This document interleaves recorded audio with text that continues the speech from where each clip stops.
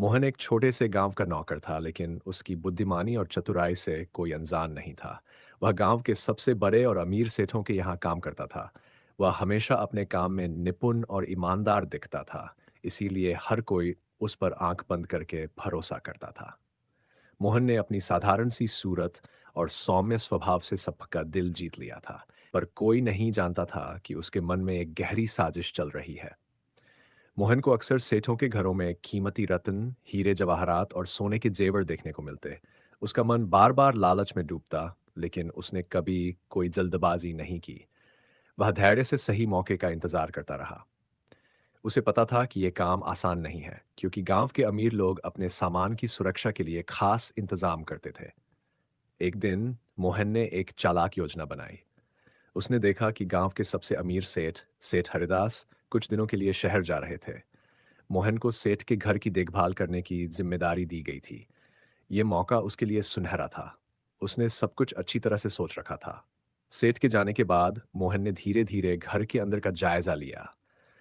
उसने उन तिजोरियों की जगहों को समझ लिया था जहां हीरे और सोने के गहने रखे थे। रात का वक्त था और गांव पूरी तरह से सो रहा था। चांद की हल्की रोशनी सड़क पर फैल रही थी। मोहन चुपके से घर के अंदर दाखिल हुआ।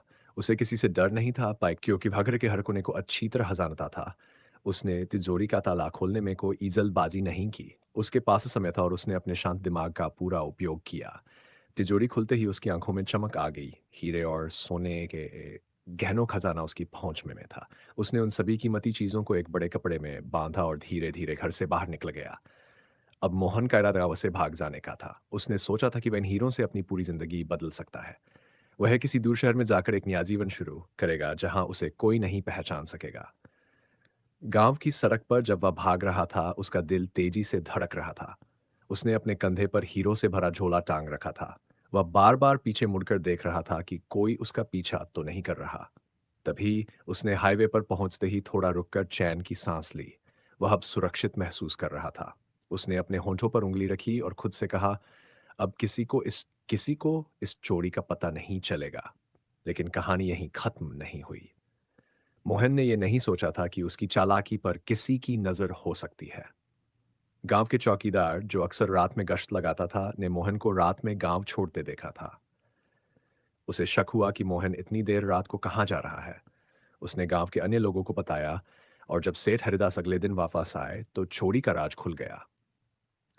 मोहन अब तक दूर शहर में पहुंच चुका था, जहां उसने एक नई पहचान और नई जिंदगी शुरू करने की कोशिश की। लेकिन गांव के लोग उसे पकड़ने के लिए तैयार हो गए। गांव वालों ने पुलिस को सूचना दी और मोहन की तलाश शुरू हुई।